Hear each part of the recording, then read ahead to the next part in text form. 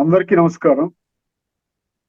శ్రీమద్ భగవద్గీత ఆధ్యాత్మిక రహస్యాలు శీర్షికలో శ్రీ త్రినాథ్ గారు ధారావాహిక ప్రసంగం చేస్తున్నారు. వారి ధారావాహిక ప్రసంగంలో ఈరోజు 98వ ప్రసంగం చేస్తున్నారు. శ్రీ త్రినాథ్ గారికి స్వాగతం. నమస్కారం.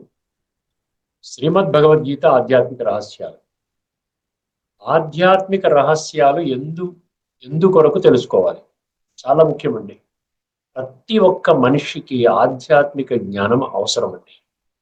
ఆధ్యాత్మికత ఎప్పుడైతే మనిషి తీసుకోవడానికి ఇష్టపడతాడో, అర్థం చేసుకుంటాడో, వారిలో ఒక అద్భుతమైనటువంటి గుణము మనము చూడడానికి వీలవుతుందండి. ఏమిటండి ఆ గుణము? ఇంగ్లీష్లో కంటెంట్మెంట్ అంటారు, సంతుష్టత. ఇది కింగ్ ఆఫ్ ఆల్ వర్చ్యూస్ అంటారండి. అన్ని గుణాలకి ఇది రాజు లాంటిదంట. అర్థమైంది. అందుకని భగవద్గీతలో కూడా 12వ అధ్యాయంలో 14వ శ్లోకంలో సంతుష్ట సతతం అంటాడు. నిరంతరము సంతుష్టంగా ఉండేటువంటి వాడు నాకు చాలా ఇష్టము అంటాడు. సంతుష్ట సతతం యోగి యతాత్మ దృఢ నిశ్చయ మయ్యర్పిత మనోబుద్ధి యోమద్భక్త సమే ప్రియ. అందులో మొట్టమొదటి గుణం ఏంటంటే సంతుష్టత.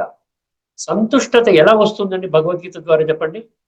భగవద్గీతలో ఉన్నటువంటి ఆధ్యాత్మిక రహస్యాలు తెలుసుకుంటే శ్రీమద్ భగవద్గీత ఒక ధార్మిక గ్రంథము కాదు, ఒక భౌతిక గ్రంథము కాదు.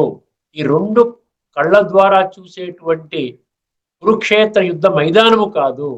కురుక్షేత్ర యుద్ధ మైదానములో కౌరవులు పాండవులు అక్కడ యుద్ధం చేసుకుంటున్నారు. అర్థమైందండి. ఈ విధంగా యుద్ధము చేయకపోయినట్లయితే శ్రీకృష్ణుడి యొక్క రూపంలో పరమాత్మ వారికి గీతా బోధన చేయడం జరిగింది, గీతా జ్ఞానాన్ని ఇవ్వడం జరిగింది. ఇది కాదండి. దీంట్లో ఆధ్యాత్మికత లేదు. దీంట్లో సంతుష్టత అనే గుణం డెవలప్ అవ్వదు. అర్థం చేసుకోండి. సంతుష్టత ఉంటే, ఎందుకు సంతుష్టత డెవలప్ అవుతుందంటే ఆత్మజ్ఞానము. నేను ఆత్మ అనేది నా దేహము. ఇది చాలా ముఖ్యమండి. ఇది సత్యము కూడా, ముఖ్యమే కాదు, సత్యం. ఇది యథార్థము, వాస్తవం. ఈ వాస్తవం నుండి దూరంగా ఉండడం వల్లనే మనకు ఉన్నటువంటి సమస్యలన్నీ జరుగుతున్నాయి. దానికి భగవంతుడు వచ్చి ఎల్కేజీ నాలెడ్జ్ చెప్తున్నాడు మనకు వచ్చి. ఏమండి, ఇంత మేధావులు ఉన్నారు మీరందరూ కూడా, కానీ ఒక్క చిన్న విషయాన్ని మీరు అర్థం చేసుకోలేకపోయారు. మీరు శరీరాలైనట్లయితే చనిపోయే సమయంలో శరీరాలతో మాయము కావాలి కదా. శరీరాల్ని విడిచిపెడుతున్నారు అంటే మీ ఇంట్లో ఉన్నటువంటి కారుని విడిచిపెడుతున్నారు, ఇంటిని విడిచిపెడుతున్నారు, వస్తు వైభవాలను విడిచిపెడుతున్నారు, వజ్ర వైడూర్యాలను విడిచిపెడుతున్నారు. అన్ని విడిచిపెట్టినట్లే దేహాన్ని కూడా విడిచిపెడుతున్నారు. అంటే విడిచిపెట్టినవన్నీ కూడా మీరు కాదు, అది మీది. అర్థమైందండి. నేను నాది అన్నటువంటి ఈ వ్యత్యాసాన్ని మీరు మర్చిపోయారు. అది చెప్పడానికే నేను మళ్ళీ వచ్చాను, సృష్టి మీదకి నేను వచ్చాను. ఇదే, ఈ ఒక్క విషయం చెప్తే మీకు మొత్తం భగవద్గీత అంతా అర్థమవుతుంది. సంతుష్టత ఎందుకు వస్తుందంటే ఆత్మ అవినాశి, శరీరం వినాశి. వెళ్ళేటప్పుడు ఇంత కష్టపడి మనం 24 గంటలు నిద్రాహారాన్ని త్యాగము చేసి అన్ని వదిలేసి కేవలం ధనార్జన లేక పేరు ప్రతిష్టల కోసం అని చెప్పి, ఈ విధంగా లేకపోతే ఇంద్రియ సుఖ భోగాలని అనుభవం చేయడం కోసం అని చెప్పి మనం ఉరుకులు పెరుగులు పెడుతున్నాం చూసారా. ఇది సంతుష్టత గుణము లేకపోవటం అన్నా. సంతుష్టత ఎందుకు వస్తుందంటే, అరే శరీరం వెళ్ళేటప్పుడు ఏమీ తీసుకొని వెళ్ళట్లేదే, ఇప్పుడు నేను 100 కోట్లు సంపాదించుకున్నాను, ఇప్పటికే సంపాదించుకున్నాను. ఈ 100 కోట్లు నాకు ఇప్పుడు ఉన్న పడంగా నేను చనిపోయినట్లయితే నాకు కూడా ఈ 100 కోట్లు వస్తాయా? నేను మరుసటి జన్మలో 100 కోట్లు ఉన్నటువంటి ఆసామి ఇంట్లో జన్మ తీసుకుంటానా? ఒకసారి ఆలోచించుకోండి. అక్కడ ఫార్ములా వేరైనప్పుడు ఏ ఫార్ములా ద్వారా నా ఈ జీవితం సక్రమంగా, ఆనందంగా, సుఖంగా, బ్రహ్మాండంగా ఉంటుందో, అదేవిధంగా తదుపరి జన్మలు శ్రేష్టంగా అవుతాయో దాని వైపు మనం వెళ్ళాలా? లేకుండా మనకు కూడా ఒక రూపాయి కూడా రానటువంటి దానిపైన మన సమయాన్ని వ్యర్థం చేసుకుని ఆ విధంగా మన జీవితాన్ని అస్తవ్యస్తం చేసుకోవాలని ఎవరికి వాళ్ళే బుద్ధి నేత్రాన్ని తెలుసుకొని అర్థం చేసుకోవాలి. ఈ యొక్క విషయాన్ని దృష్టిలో పెట్టుకుని మనం ఏం చర్చించుకుంటున్నామండి స్టార్టింగ్ లో? ధృతి అంటే డిటర్మినేషన్, నిశ్చయాత్మక బుద్ధి, నిశ్చయము, ధైర్యము, సత్యాన్ని అంగీకరించేటువంటి ధైర్య శక్తి అన్నమాట అది. భగవంతుడు సర్వశక్తిమంతుడు అనే దాంట్లో మనం ధృతిలో మనం సాత్విక ధృతి మనం చర్చించుకున్నాము. మళ్ళీ నేను దాని గురించి చెప్పను. ఇప్పుడు ఈ ఎపిసోడ్ లో మనం రాజసిక ధృతి అంటే ఏమిటి, తామసిక ధృతి అంటే ఏంటో తెలుసుకుందాం. రాజసిక ధృతి ఏ శ్లోకంలో ఇచ్చాడంటే 18వ అధ్యాయంలోని 34వ శ్లోకం అండి. 18వ అధ్యాయంలో చాలా జాగ్రత్తగా వినండి, చాలా కీన్గా, చాలా ఇంట్రెస్టింగ్ గా వింటే, బుద్ధినేత్రాన్ని తెలుసుకుని వింటే మనకి అర్థమవుతుంది అనమాట. అంటే సాత్వికము ధృతి దానికి రాజసిక ధృతికి ఎంత తేడా ఉంది, రాత్రికి పగలు కూడా ఎంత తేడా ఉంది.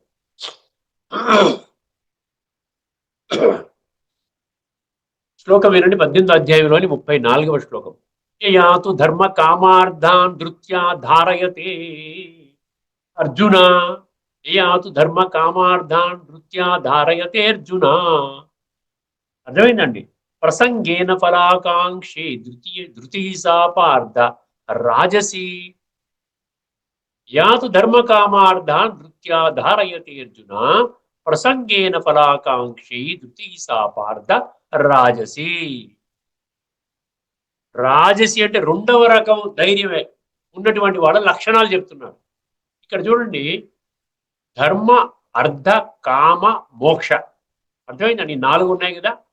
ఈ 4గిట్లో రాజసిక ధృతి ఉన్నటువంటి లక్షణం ఉన్నటువంటి వాళ్ళకి ఈ మోక్ష అనే దాన్ని తీసి పక్కన పట్టేశాడు. నాకు అక్కర్లే, నాకు కావాల్సింది ధర్మ అంటే నా యొక్క డ్యూటీ, డబ్బు సంపాదించుకోవడం, ఉద్యోగం, వ్యాపారం చేసుకోవడం, ధర్మం, అదే ధర్మము. అర్థ అంటే ధనము, కామ అంటే కామనలు. కామనలు అంటే చెప్పాను కదా, కామ అనే పదం ఎక్కడైతే వస్తుందో మీరు అక్కడ ఏం చేయాలి, 2 విషయాలను అర్థం చేసుకోవాలి. ఒకటి కామ వాసన, కామ వికారము, సెక్స్ లస్ట్, లైంగిక వాంఛ. ఇది ఆత్మని సమూలంగా నాశనము చేసేటువంటి ఒక ప్రక్రియ. దీనిని ఎప్పటికీ కూడా తృప్తిపరచలేము అని గీతలో కూడా చెప్పాడు. దుష్పూరం అన్నాడు. అర్థమైందండి? ఇప్పుడు రెండవది ఏంటి? కామనలు. కామనలు అంటే దైహిక, అంటే దేహముతో కూడినటువంటి సుఖభోగాలు, ఇంద్రియ సుఖభోగాలు అనొచ్చు. ఎందుకంటే ఈ సుఖభోగాలు ఇంద్రియాల ద్వారా మనకు అందుతాయి. కళ్ళ ద్వారా చూస్తాం, ఏదో ఒక సినిమా పోస్టర్ని వెళ్ళాలనుకుంటాం, అది చూసారా? ఇంద్రియ సుఖభోగాలు, వినాశీ సుఖభోగాలు, టెంపరీగా కొద్ది సమయం మాత్రమే మనం అనుభవం చేసేటువంటి సుఖాల వెంట ఈ రోజున మనిషి ఆ విధంగా తన యొక్క విలువైనటువంటి సమయాన్ని వ్యర్థం చేసుకుంటున్నాడు. ఇక్కడ విలువైన అని ఎందుకు అంటున్నానంటే, భగవంతుడు ఏం చెప్పాడు మనకి? కాలచక్రములో ఇది 12 గంటల సమయములో కొంచెం సమయం మిగిలి ఉంది. ఒకసారి ఆ 12 గంటలకి ముళ్ళు చేరుకున్నట్లయితే కలియుగం పరిసమాప్తమై కృతయుగం రాబోతుంది. ఇది భగవాను వాచ, నేను చెప్తున్నాను. ఎందుకంటే నాకు సృష్టి యొక్క ఆది, మధ్య, అంతిమం యొక్క జ్ఞానం ఉన్నది. నాకు తప్ప రెండవ శక్తికి లేదు. 33 కోట్ల దేవీ దేవతలకి లేదు, మిగతా వాళ్ళందరికీ లేదు. చూసారా ఏమంటున్నాడు? రాజసిక ధృతి వాళ్ళు ఏం చేస్తున్నారు? అయినా నేను తర్వాత జన్మ కోసం కూడా పని చేయాలి, ఈ జన్మ కూడా ఆరోగ్యంగా, ఆనందంగా, మంచిగా, చక్కటి సంబంధాలతో ఉండే విధంగా నేను చేసుకోవాలి కదా అన్నటువంటి ఆలోచన లేదండి. యాతు ధర్మ కామార్థాన్, ధర్మ అర్థ కామన, ధర్మ కామ అర్థ అన్నాడు ఈ శ్లోకంలో. ధర్మ కామార్థాన్, యాతు ధర్మ కామార్థాన్ ధృత్యా ధారయతే అర్జున. అటువంటి ధృతి ధారణ చేస్తాడంట. ప్రసంగేన ఫలాకాంక్షి అన్నాడు. ఫలాకాంక్షి అంటే ఏదైతే చేస్తాడో, ఏదైతే పని చేస్తాడో, డ్యూటీ అనండి, కామనలు తీర్చుకోవడానికి, డబ్బు సంపాదించుకోవడానికి ఏవైతే కర్మలు చేస్తాడో దాని కర్మ పైన ఆపేక్ష, ఆసక్తితో చేస్తాడు. కర్మ ఫలితం మీద ఆసక్తితో చేస్తాడంట.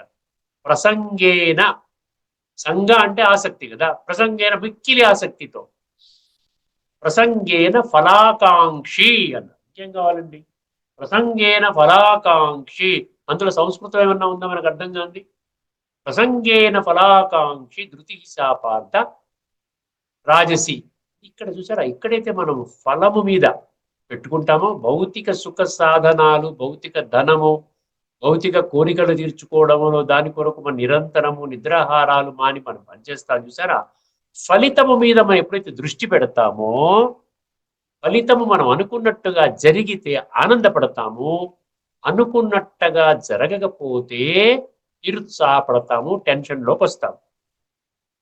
అమ్మా జరగలేదండి, ఎట్లా ఏమైపోయింది, వాడు వచ్చాడు అడ్డు వచ్చాడు, నేను ఆ టెండర్ వేశాను, నాకంటే ఇన్ఫ్లుయెన్స్ పెట్టుకుని ఒకడు ఏదో ₹1 తగ్గించి మళ్ళీ టెండర్ వేశాడు, నాకు ఈ 100 కోట్ల కాంట్రాక్ట్ పోయింది అంట. ఆ టెన్షన్ నుంచే బీపీ షుగర్లు వస్తాయి, గుర్తుపెట్టుకోండి. ఈరోజున ప్రతి ఒక్కరూ డయాబెటిక్ పేషెంట్స్ అయిపోయారు కదా, టెన్షన్ మూలాన్నే. అటెన్షన్ లేకపోవడం వల్ల టెన్షన్ వస్తుందండి.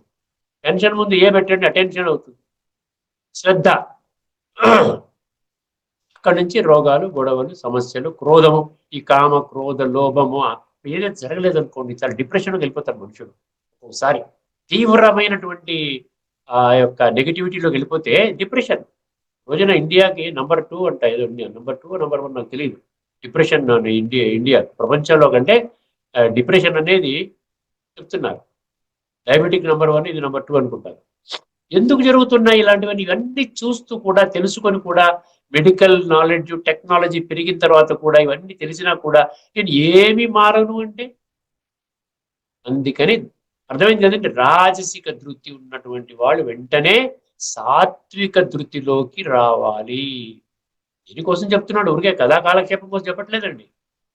ధృత్యాయయా ధారయతే. ఏమండి, అది అయిపోయింది కదా. మన ప్రాణేంద్రియ క్రియ యోగేన అవ్యభిచారేణ ధృతి సాపార్థ సాత్వికి, అది మనం గత ఎపిసోడ్ చర్చించుకున్నాం. యయాతు ధర్మ కామార్థాన్ ధృత్యా ధారయతే అర్జున ప్రసంగేన ఫలాకాంక్షి ధృతి సాపార్థ రాజసి. రెండవ రకం ఇంత గంభీరంగా, ఇంత ఘోరంగా ఉంటే ఇంక మూడవ రకం ఎలా ఉంటుందంటే ఆలోచించండి. తామసిక ధృతి కూడా మనం చర్చించుకుందాం ఇదే ఎపిసోడ్లో. అర్థమైందండి? 18వ అధ్యాయంలోని ఈ 35వ శ్లోకం మీరు రాసుకోండి. అర్థమైందండి? యయా స్వప్నం భయం శోకం విషాదం. ఎంత బాగా చెప్పండి. యయా స్వప్నం భయం శోకం విషాదం మదమేవచ న విముంచతి దుర్మేధా ధృతి సా పార్థ తామసి. ఇవన్నీ తెలుసుకుంటేనండి మనలో చిన్న మార్పు వస్తుంది అన్నట్టు ఒక ఆశ అండి, అంతకంటే ఏం లేదు. మనం మనం ఏ విధంగా ఉన్నాము, ఈ 3 లెవెల్స్ చెప్తున్నాడు కదా ధైర్యంలో. నా ధైర్యం ఏ విధంగా ఉంది అంటే, మీరు అలా ఎవరికి వాళ్ళే జడ్జెస్ అండి. ఎవరికి వాళ్ళే జడ్జెస్. కరెక్ట్ జడ్జిమెంట్ చేశారనుకోండి, అమ్మమ్మమ్మమ్మతి ఇప్పుడు భగవంతుడు నా యొక్క వీక్నెస్ చెప్పేశాడు, ఇప్పుడు నేను వెంటనే సాత్వికంలో వెళ్ళిపోవాలి అన్నటువంటి ఆలోచన, ఒక సంకల్పం కలుగుతుంది. దానితో మీ జీవితం మారిపోతుంది. ఒక్కసారి ఈ శ్లోకాన్ని కూడా గమనించండి. యయా స్వప్నం భయం శోకం విషాదం మదమేవచ. ఎన్ని చెప్పాడండి? ఒకటి స్వప్నం అంటే నిద్ర అండి. నిద్రకి ఇంపార్టెన్స్ ఇస్తాడు. తామసిక ధృతి ఉన్నవాడికి ఏమీ అక్కర్లే, కాస్త టైం దొరికిందని పడుకుంటాడు. లెగిచేయడంటే తింటాడు, తిన్న తర్వాత పడుకుంటాడు. ఈ 2 పనులు చేస్తాడు. యయా స్వప్నం భయం. ఎందుకంటే ఎటువంటి ఆత్మికంగా ఎటువంటి ఎదుగుదల లేదు కదా, ఆత్మలో ఉన్నటువంటి వెలుగు లేదు కదా. వెలుగంటే భగవంతుడు చెప్పాడు కదా ఒక శ్లోకంలో, అంతా చీకటిలోనే ఉన్నాడు. మన రకరకాల పాడు పనులన్నీ చేస్తున్నాడు. దాని పర్యవసానం కరెక్ట్గా ఇందాక చెప్పినట్టుగా ఫలాపేక్ష అన్నాడు కదా. సో ఫలాపేక్ష రాజసిక ధృతిలోనే ఉన్నప్పుడు తామసికంలో ఉండదా? ఉంటుంది. అందువలన భయం వేస్తుంది. గుర్తుపెట్టుకోండి, భయం ఎందుకు వస్తుంది అంటే, అది ఈ భయం కూడానండి మనకు అనారోగ్యం పాలు చేస్తుందండి. ఇంటర్నల్ గా చాలా డిస్టర్బ్ చేస్తుంది. నిద్ర పట్టదు. ఒకనా మనం ఏ మంచి ఆలోచనలు చేసుకోలేము. చక్కటి మార్గంలో వెళ్ళాలంటే ఇటువంటి స్టేట్ ఆఫ్ మైండ్ లో ఉంటే మనం ఏమి పొందలేమండి. యయా స్వప్నం భయం శోకం విషాదం. శోకం విషాదం అంట, రెండు ఆల్మోస్ట్ మ్యాచ్ అవుతున్నాయి కదా. శోకం అంటే దుఃఖము, విషాదము అంటే అది కూడా ఒక రకమైనటువంటి దుఃఖం, అది డిప్రెషన్లోకి లీడ్ చేసే దుఃఖం అనమాట. ఇది మామూలుగా శోకం అంటే మీరు అనుకున్న మరి జరగలేదు, లేకపోతే ఎవరో చనిపోయారు, లేకపోతే ఎవరికో యాక్సిడెంట్ అయింది, కాస్త ఏదో లేకపోతే మీకు నష్టం జరిగింది, కాస్త ఏడుస్తారు. ఏంటి విషాదం అంటే ఏంటి? ఇంకా అది ఇంకా హైయర్ లెవెల్ అన్నమాట. విషాదం మదమేవచ అంటే చూడండి, మదం అంటే ఏంటి? మదము అంటే దాన్ని ఇంగ్లీష్లో యారోగెన్స్ అంటారు, అంటే గర్వము అని అర్థం. నేను చాలా గ్రేట్, గర్వం అనండి, అహంకారం ఇవన్నీ, ఈగో అనండి, ఇవన్నీ అటువంటి అట్రిబ్యూట్స్ ఉంటాయన్నమాట, అటువంటి మనుషుల లక్షణం అన్నమాట. నేను చాలా గొప్పవాడిని, నాకంటే గొప్పవాడు లేడు. మదము అంటే ప్రైడ్, అరోగెన్స్ అంటారు ఇంగ్లీష్లో. గర్వము లేదా పొగరు అనొచ్చు, సాధారణ లాంగ్వేజ్ వాడి పొగరు, చాలా పొగరుతో ఉంటాడండి అంటాం కదా మనం కూడా. ఎంత పొగరండి వాడికి, ఏం మాట్లాడుతున్నాడు అంటే తామసిక ధృతి ఉన్నవాడి లక్షణం. యయా స్వప్నం భయం శోకం విషాదం మదం 5 చెప్పాడు. ఏమండి ఏం చెప్పాడు? యయా స్వప్నం, యయా స్వప్నం ఏం చెప్పాడు? స్వప్నం, యయా స్వప్నం, భయం శోకం విషాదం మదం. నా విముంచతి, విడిచిపెట్టడంట. విముంచతి అంటే విడిచిపెట్టడం, గివప్. సాత్వికం వాడు వెంటనే తెలుసుకుంటాడు, విడిచిపెట్టేస్తాడు. ముద్దని ఇవన్నీ లాభం లేదు, నేను నేను మంచిగా హయ్యర్ లెవెల్కి వెళ్ళిపోవాలి, భగవంతుడు వచ్చి మనకు హయ్యర్ టీచింగ్ ఇస్తున్నప్పుడు నేను ఇంకా అందులోనే ఉంటాను అంటే తాను పట్టుకున్న కుందేటికి 3 కాళ్ళు. నా విముంచతి, అందుకని ఇక్కడ ఏమన్నాడు? దుర్మేధ అన్నాడు. దుర్మేధ అంటే ఏంటి? మేధస్సుని దురుపయోగం చేసేవాడు. మేధస్సు అంటే బుద్ధి, తెలివితేటలు, దానిని నెగటివ్గా పెడతాడనమాట. విమించతి దుర్మేధ సాపార్థ తామసి. ఒకసారి ఈ శ్లోకంలో భగవద్గీతలో ఏం చెప్పాడో చెప్పుకొని మనం ముందుకు వెళ్ళిపోదాం. ఒక్క భగవంతుడే సర్వశక్తి మంతుల్లో మరొక శ్లోకాన్ని మనం పరిశీలిద్దాం. 18వ అధ్యాయంలోని 34, 35 మీరు కూడా రాసుకోండి.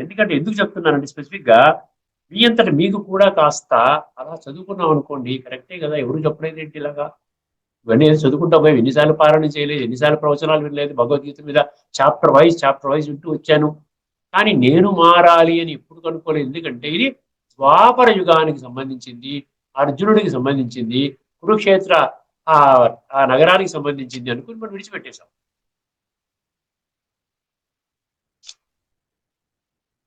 చూడండి, చాలా బాగా చెప్పాడు. ఇది మీరు 18వ అధ్యాయంలో మీకు చాలా ఉంటాయి. ధృత్యాయయా ధారయత అయిపోయింది, అది నిన్న మన గత ఎపిసోడ్ అయిపోయింది. ఏ ఆతు ధర్మ కామార్థాన్ ధృత్యా ధారయత శ్లోకం అయిపోయింది కదా. దీని ఏమంటారు? కానీ ఓ పార్థ, కానీ ఎందుకు అన్నాడు అక్కడ?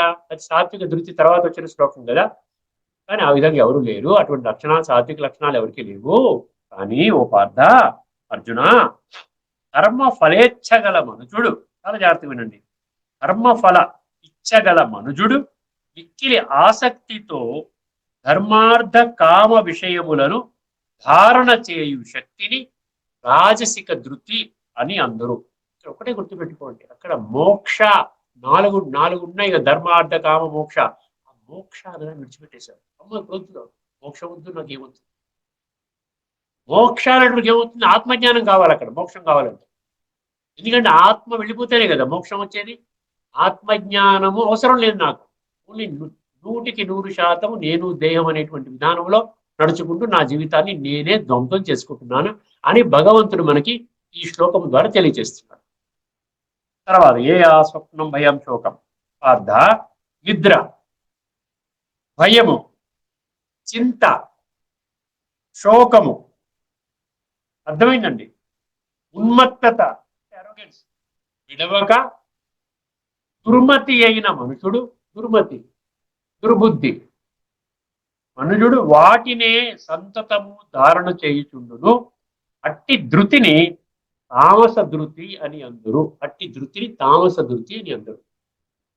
తర్వాత రేపు రేపు అంటున్నాను, తర్వాత ఎపిసోడ్లో ఇప్పటికి మనం ఏం చర్చించుకున్నామంటే జ్ఞానము 3 రకాలు చర్చించుకున్నాము, బుద్ధి 3 రకాలు చర్చించుకున్నాము, ధృతి 3 రకాలు చర్చించుకున్నాము. తదుపరి 4వ అంశంగా మనం సుఖము, 3 రకాల సుఖాలు, సాత్విక సుఖం అంటే ఏంటి, రాజసిక సుఖం అంటే ఏమిటి, తామసిక సుఖం అంటే ఏంటి అనేది మనం తదుపరి 2 ఎపిసోడ్స్లో మనం అది కవర్ చేస్తామండి. ఇప్పుడు మనం మన సబ్జెక్ట్కి వచ్చేద్దామండి. మన సబ్జెక్ట్కి వచ్చేస్తే భగవంతుడు ఒక్కరే సర్వశక్తివంతుడు. మీకు మంచి ఒక అద్భుతమైనటువంటి విషయాన్ని భగవంతుడు మనకి గీత ద్వారా లీక్అవుట్ చేస్తున్నాడు అనమాట. ఇది ఎలా ఉందంటే ఐఐటి ఎగ్జామ్లో పేపర్ లీక్ అవుట్ అయినట్టుగా. అక్కడ పేపర్ లీక్ అవుట్ అయితే ఆ ప్రొఫెసర్ని ఎవరినో పట్టుకుని మొత్తాన్ని అరెస్ట్ చేస్తారు, జైలు పెడేస్తారు. కానీ ఇక్కడ భగవంతుడు అంటున్నాడు, నేను లీక్ అవుట్ చేస్తున్నా, క్వశ్చన్ లీక్ అవుట్ చేస్తున్నా, ఆన్సర్ లీక్ అవుట్ చేస్తున్నా, పాస్ అవ్వండి. నేను ఎగ్జామ్ పెట్టబోతున్నాను, అంతిమంలో ఎగ్జామ్ వస్తుంది మీకు, దాంట్లో ఏ క్వశ్చన్ వస్తుంది చెప్తున్నా, దాని ఆన్సర్ కూడా నేనే చెప్తున్నా. చాలా సింపుల్గా చెప్తున్నాను, అర్థమయ్యేలా చెప్తున్నాను. కాబట్టి మీరు అర్థం చేసుకోండి, మీ జీవితాన్ని శ్రేష్టంగా తయారు చేసుకోండి. ఇప్పుడు 8వ అధ్యాయంలోని 20వ శ్లోకం అండి. 8వ అధ్యాయంలోని 20వ శ్లోకం. భగవంతుడు సర్వశక్తివంతుడు కాబట్టి తన శక్తి చెప్తున్నాడు అనమాట. ముందు శ్లోకం వినండి. 8వ అధ్యాయం 20 శ్లోకం రాసుకున్నారు కదా. పరస్తస్మాత్తు భావో అన్యో అవ్యక్తో అవ్యక్తాత్ సనాతనః యః స సర్వేషు భూతేషు. ఏమండి? యః స సర్వేషు భూతేషు నశ్యత్సు న వినశ్యతి. పరః తస్మాత్ భావో అన్యో అవ్యక్తో అవ్యక్తాత్ సనాతనః యః స సర్వేషు భూతేషు నశ్యత్సు న వినశ్యతి. ఇది శ్లోకం. గూఢార్థం ఉందండి. శ్లోకం సంస్కృతంలో పారాయణం చేసుకుంటున్నారు అందరూ కూడా. కానీ ఈ గూఢార్థం తెలుసుకుంటే జీవితం మారుతుంది. ఇక్కడ ఆచరణ ఎందుకు చెప్పాడు భగవద్గీతలో? యద్యదాచరతి శ్రేష్ఠ. అర్థమైంది? ఆచరణ ముఖ్యం. సర్వశాస్త్రమై శిరోమణి శ్రీమద్ భగవద్గీత కాబట్టి ప్రతి శాస్త్రము ఆచరణ కొరకే నిర్దేశించబడిందండి. పఠన పారాయణ, వేదాలు ఆచరణ కోసమే, ఉపనిషత్తులు ఆచరణవే, హనుమాన్ చాలీసా ఆచరణనే, విష్ణు సహస్రనామము, ప్రతిదీ, శివ పురాణము, ఇవి అన్ని పురాణాలు ఏవైతే అన్ని ఆచరణ కోసమే ఉన్నాయి. ఈ యొక్క ఆచరణ అనే పదాన్ని మనము విస్మరించాం. ఎందుకంటే భగవద్గీత నా కొరకు కాదు, ఇది అర్జునుడి కోసము. వాడు కూడా ద్వాపర యుగానికి సంబంధించిన వాడు. కలియుగంలో అర్జునుడు ఎవరు లేరు. కేవలం మనం మామూలుగా ఒక కథలాగా వినటము, ఆనందించడం, అంతవరకు. రింగ్ సైడ్ ఇవి అనమాట. లోపలికి వెళ్ళము. రింగ్ సైడ్ లో లోపలికి వెళ్తే మన బాక్సింగ్ జరుగుతుంది. అక్కడ మనం రింగ్ లో బయట చూసుకుని ఎవరో కొట్టుకుంటుంటే మనం ఆనందిస్తున్నాం అనమాట. అలా జరుగుతూ ఉంది. గమనించండి ఒక్కసారి దీని మీనింగు. ఏమంటున్నాడు? తస్మాత్, ఇక్కడ మామూలుగా అంతకుముందు శ్లోకాలలో మనకి ఏమని చెప్తున్నాడంటే, ఆత్మజ్ఞానము అవినాశి, ఆత్మ అవినాశి, శరీరము వినాశి. ఈ విధముగా కాలచక్రములో సత్యత్రేత ద్వాపర కలి అనేటువంటి కాలచక్రములో సత్యయుగం నుంచి ప్రారంభించుకొని, అంటే మీకు కొంచెం శ్లోకం అర్థం కావాలంటే కొంచెం డీపర్గా వెళ్ళాలన్నమాట. అర్థమైందండి? ఆ విధంగా ఆత్మలు అన్నీ కూడా శరీరాన్ని విడిచిపెట్టి తీసుకుంటూ ఆ విధంగా కలియుగం యొక్క అంతిమములో ఆత్మని కుళ్ళబెట్టుకొని, నేను దేహం అనే 100% భ్రాంతిలో పడిపోయి అదే జీవితము, అదే ధర్మం అనుకుంటూ ముందుకు వెళ్తున్నాం. ఇప్పుడు దానికి అందుకని తర్వాత శ్లోకంలో ఏమన్నాడు? తస్మాత్, అందువలన నీకు ఈ సీక్రెట్ చెప్తున్నాను. ఇది ఏమో వినాశీ మెటీరియలిస్టిక్ వరల్డ్, కానీ దీనికంటే గొప్ప ప్రపంచం ఒకటి ఉంది. అది అవినాశి, అది ఎప్పటికీ కూడా వినాశనము కాదు. ఏమండి? యహ సర్వేషు భూతేషు నశ్యత్సు న వినశ్యతి అన్నాడు. ప్రపంచంలో ఉన్న 850 కోట్ల మంది కూడా మరణించిన ఆ యొక్క స్థానము మరణించదు, దానికి వినాశనము లేదు అంటాడు. మీకు అద్భుతమైన చిత్రం చూపిస్తాను ఒకటి. షేర్ స్క్రీన్ చేసే ఉంటారు.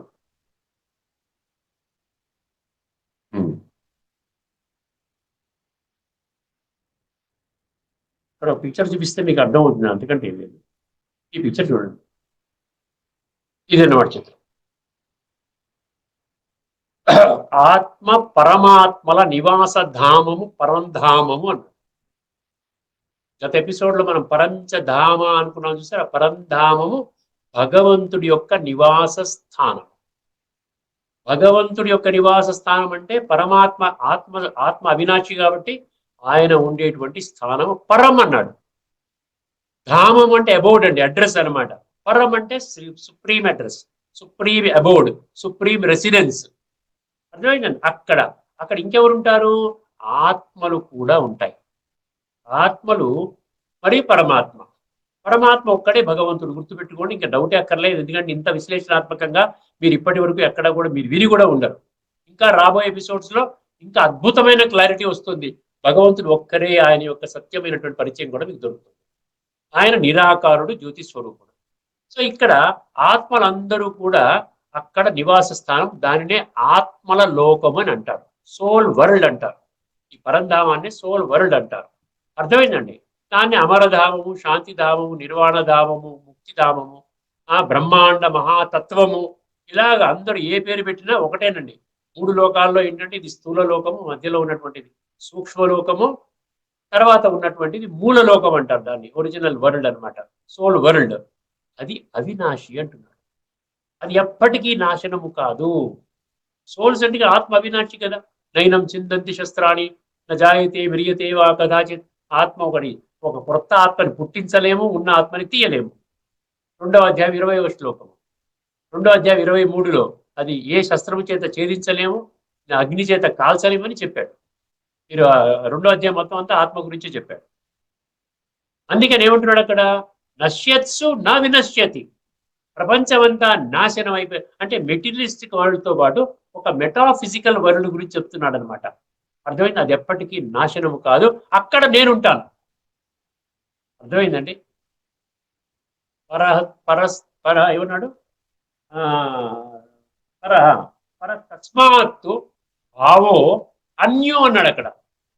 నేను అందరిలాగా దేహాన్ని తీసుకునే వాడిని కాదు, నేను విదేహిని, విచిత్రుణ్ణి, నేను ఎప్పటికీ కూడా ఆత్మస్వరూపులై ఉంటాను.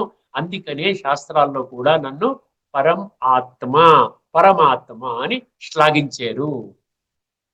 భావో అన్యో అవ్యక్తాత్. అర్థమైందండి? భావో అన్యో అవ్యక్తాత్, అవ్యక్తో అవ్యక్తాత్ సనాతన అన్నాడు అక్కడ. సనాతన అంటే ఎటర్నల్ అండి, గుర్తుపెట్టుకో. మామూలుగా ఇప్పుడు సనాతన అంటే ఇప్పుడు సనాతన ధర్మం అంటున్నారు. సత్యత్రేతాయుగాల్లో ఉన్నటువంటి ఆ జీవితాన్ని సనాతన ధర్మం ఉంటే అక్కడ మనం ఆ విధంగా సనాతన ధర్మం వెళ్ళాలి అంటే సత్యత్రేతాయుగాల్లో మనం జన్మలు తీసుకోవాలి. అర్థమైందండి? అందుకని ఏమంటారు, పరస్తస్మాత్తు భావో అన్యో అవ్యక్తో అవ్యక్త. ఇక్కడ ఉన్నది ఏంటి? ఇప్పుడు ఇక్కడ భౌతిక ప్రపంచంలో ఏంటండి, వ్యక్త అవ్యక్త 2 ఉన్నాయి. వ్యక్త అంటే శరీరము, అవ్యక్త అంటే ఆత్మ. 850 కోట్ల మంది ఆ విధంగా ఉన్నారు. కానీ అక్కడ మాత్రము కేవలం అవ్యక్తం మాత్రమే, శరీరం అనేది ఉండదు, అది అవ్యక్త లోకము. అర్థమైందండి? పరస్తస్మాత్ భావో అన్యో అవ్యక్తో అవ్యక్తాత్ సనాతన. తర్వాత ఏమన్నాడు, యహస సర్వేషు భూతేషు నశ్యత్సు న వినశ్యతి. ఇక్కడ భగవంతుడు ఏం చెప్తున్నాడు, ముఖ్యంగా ఈ శ్లోకం ద్వారా ఏం చెప్తున్నాడంటే, నా గురించి మీకు తెలియాలి అంటే ఈ అవ్యక్త లోకం గురించి మీరు తెలుసుకోవాలి. అర్థమైందండి? నేను ఉండేటువంటి పరంధామము అంటా, మామూలుగా పరంధామం అనేది భక్తి మార్గంలో ఈ విధంగా ప్రవచనాల్లో కూడా పరంధామం అనే పదం వాడతారు. అమరలోకము, బ్రహ్మాండ మహాతత్వము, ఇవన్నీ చెప్తారు. కానీ దానిలో ఉన్నటువంటి విషయం ఏంటంటే అది ఎప్పటికీ ఉంటుంది. ఈ కాలచక్రము ఇక్కడ భూమండలం మీద ఉంటుందండి. కాలచక్రం ఎక్కడ జరుగుతుందంటే సత్య త్రేత ద్వాపర కలి అనేది ఈ భూమండలం మీద ఇక్కడ ఏర్పడుతుంది అనమాట. సత్యయుగం ఇక్కడే వస్తుందండి, ఎక్కడో గాలిలో ఆకాశంలో ఏర్పడుతుంది, ఇక్కడే వస్తుంది. ఇదంతా వినాశీ ప్రపంచం. వినాశీ అంటే ఏంటి? మొత్తం అంతా ఈ శరీరం విడిచిపెట్టడం తీసుకోవడం, విడిచిపెట్టడం తీసుకోవడం, కాబట్టి వినాశీ ప్రపంచం. కానీ ఆత్మల లోకం ఏదైతే ఉందో, అవ్యక్త లోకం ఏదైతే ఉందో, అక్కడ నేనుంటాను. నా పిల్లలు తమ యొక్క మూల స్వరూపంలో ఆత్మరూపంలో ఉంటారు. వాళ్ళ సంస్కారాల అనుసారంగా, వాళ్ళ సెక్షన్స్ అనుసారంగా ఆ విధంగా అక్కడ పరంధామంలో ఉంటారు. కాబట్టి గురించి మీరేం తెలుసుకోవాలి? నేను ఎప్పటికీ ఉంటాను. అర్థమైంది? నాకు వినాశనము లేదు. ఆత్మస్వరూపములో మీకు కూడా వినాశనము లేదు. ఇప్పుడు మీరు చేయవలసిందల్లా ఏంటంటే ఈ జ్ఞానం ఆధారంగా మీరేం చేయాలి? ఆత్మని పవిత్రంగా తయారు చేసుకోవాలి. ఆత్మని పవిత్రంగా మీరు తయారు చేసుకున్నట్లయితే ఏమవుతుందంటే, ఆత్మని పవిత్రంగా తయారు చేసుకుంటే పవిత్రమైనటువంటి ఆత్మ, పవిత్రమైనటువంటి లోకమైనటువంటి సత్యత్రేతాయుగాల్లో జన్మ తీసుకుంటుంది. ఇది యథార్థము, ఇది ఒక సైన్స్, ఇది అంధవిశ్వాసానికి ఎటువంటి చోటు లేదు దీంట్లో. కేవలం బుద్ధి నేత్రాన్ని వాడుకుంటే భగవంతుడు సత్యము, భగవంతుడి యొక్క జ్ఞానము సత్యము, సత్యయుగము ఏర్పడటం కూడా సత్యము. ఈ విధంగా కాలచక్రములో ఆత్మలు అవినాశి అన్నది సత్యము, శరీరాలు మార్చుకోవడం అనేది సత్యము. అందుకనే భగవంతుడు సత్యము కాబట్టి మిగతాదంతా అసత్యము కాబట్టి మనం ఏం చెప్పాము, అసతో మా సద్గమయ్య అని భగవంతుని మనం ప్రశ్నించాము. ఒకసారి ఈ శ్లోకంలో ఏం చెప్పారో చెప్పుకొని మనం ఈ యొక్క ఎపిసోడ్ మనం ముగించుకుందామండి. పరస్తస్మాత్ భావోన్యో అవ్యక్తో వ్యక్తాత్ సనాతనః యః స సర్వేషు భూతేషు నశ్యత్సు న వినశ్యతి. ఆ అవ్యక్తము కంటెను పరమైన విలక్షణమైన సనాతన శాశ్వతమైన అవ్యక్త భావమే ఆ పరమ పదము. ఆ అవ్యక్తము కంటెను పరం ఎందుకన్నాడు? ఆత్మలు కూడా అవ్యక్తమే. ఆత్మలు అవ్యక్తము, ఈ అవ్యక్తము కాదు భగవంతుడు చెప్పేది. ఈ అవ్యక్తము కంటే పరమైనటువంటి పరంధామం గురించి చెప్తున్నాడు. ప్రాణులన్నీ నశించినను ఆ పరమ పురుషుడు మాత్రము నశింపడు. పరమ పురుషుడు అంటే, పురుషుడు అంటే ఆత్మ, పరమాత్మ భగవంతుడు నిత్యము ఉంటాడు. ఆయనకి నాశనము లేదు. ఆయన మనం కాపాడుకోవడానికే ఈ సృష్టి మీద అవతరించి తన యొక్క అధ్యక్షతన ఈ యొక్క జ్ఞానాన్ని చెప్తూ మన జీవితాన్ని మార్చేటువంటి ప్రక్రియ వర్తమానములో నడుస్తుంది. మయాధ్యక్షేణ ప్రకృతి సూయతే సచరాచరం అన్నాడు చూసారా. ఏతు నానేన కౌంతేయ జగద్వి పరివర్తతే అని భగవద్గీతలో మనం చర్చించుకున్నాం ఈ శ్లోకం. నా యొక్క అధ్యక్షతన అన్నాడు అక్కడ. I am the head, I am the supreme, I am the president of the entire operation అంతా కూడా నేను హెడ్ అని చెప్పి నా మాట వినండి అని చెప్తున్నాను. వినండి. ఇక్కడితో ఈ చర్చను ముగించుకుందాం. తదుపరి ఎపిసోడ్లో మరొక అద్భుతమైన శ్లోకం, ఏ విధంగా భగవంతుడు సర్వశక్తివంతుడు అని నిర్ధారించేటువంటి శ్లోకం మళ్ళీ మీ ముందుకు వస్తానండి. అంతవరకు సెలవు. లోకా సమస్త సుఖినో భవంతు. ఓం శాంతి. శ్రీమద్ భగవద్గీత ఆధ్యాత్మిక రహస్యాలు అనే శీర్షిక ద్వారా శ్రీ త్రినాథ్ గారు గీత సర్వశక్తివంతము, శక్తివంత తాత్వికతను, ఆ తాత్విక ధోరణులను, తాత్విక రహస్యాలను ఎన్ని మార్గాలలో మనం గమనించవచ్చునో చక్కగా విశ్లేషించారు. వారికి ధన్యవాదాలు.